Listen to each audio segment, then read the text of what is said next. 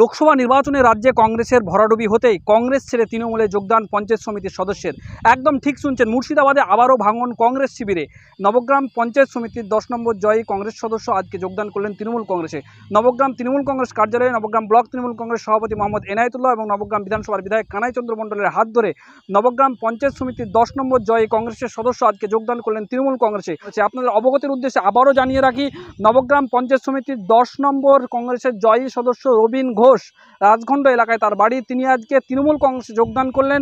রাজ্যে লোকসভা নির্বাচনে কংগ্রেসের ভরাডুবি হতেই এখানে কংগ্রেস সিপিএম বিলুপ্তির পথে নাই বললেই চলে, বিজেপিও ধরাশায়ী। সেখানে আমাদের রাজখণ্ড গ্রামের রবিন ঘোষ মহাশয়, উনি পঞ্চায়েত সমিতির সদস্য, উনি স্বেচ্ছায় সম্মানীয় বিধায়ক কানাই চন্দ্র মণ্ডল মহাশয়ের হাত ধরে আমাদের তৃণমূল কংগ্রেসে যোগদান করলেন এবং ব্লক সভাপতি হিসাবে কানাই কাকা আমাকে নির্দেশ দিয়েছেন, আমি ওনাকে সাদরে গ্রহণ করলাম এবং প্রাইমারি মেম্বারশিপ প্রদান করলাম। এবং তার সঙ্গেই আমাদের মকবুল ভাই থেকে আরও অনেকেই যোগদান করলেন এবং আরও করবেন। আমরা রবিন ঘোষ মহাশয়কে তার কাজ করার যে আগ্রহ এবং চেষ্টা, সেটাকে সমর্থন করি এবং তাকে কাজ করার জন্য যাবতীয় সুযোগ সুবিধা আমরা করে দেব। আমি দীর্ঘদিন ধরে কংগ্রেস পার্টি করতাম এবং আমি কংগ্রেস পার্টি থেকে নির্বাচিত হয়ে পরে সমিতির মেম্বারও হয়েছিলাম। কংগ্রেসটা আমরা অনেক সক্রিয়ভাবে করেছি।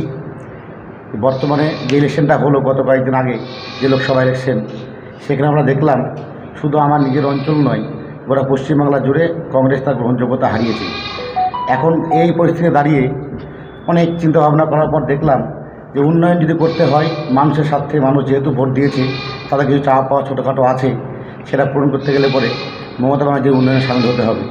তাই আমি কোনো রকম কারোর প্রতি কোনো অ্যালিগেশন নেই, আমি নিজে স্বেচ্ছায় আমি সাদরে কংগ্রেস পার্টি ত্যাগ করে আমি তৃণমূল পার্টিতে যোগদান করলাম এবং কাকাকে, এনায়েতুল্লাহ ভাইকে এবং সভাপতি সাহেবকে অশেষ ধন্যবাদ যে তারা আমাকে সাদরে গ্রহণ করেছেন।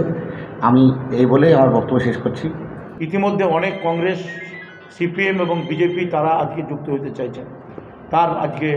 তার মধ্যে আজকে বলিষ্ঠভাবে আজকে রবীন্দ্রচন্দ্র ঘোষ, তিনি আমাদের পার্টিতে আমাদের জয়েন করলেন এবং তিনি সার্বিকভাবে ডেভেলপমেন্টের কাজ পঞ্চায়েত সমিতির মেম্বার হিসাবে গোটা মরুল অঞ্চলে আমাদের যে পঞ্চায়েত আছে, পঞ্চায়েত সমিতি আমাদের আছে, তার সভাপতি, তার সহসভাপতি এখানে বসে আছেন, আমাদের এনায়েতুল্লাহ এবং আমাদের উপলাল মণ্ডল, তারা এবং কর্মাধ্যক্ষ আমাদের পূর্তের সেও বসে আছে, অন্যান্য আমাদের পঞ্চায়েত সমিতির মেম্বাররাও আছে।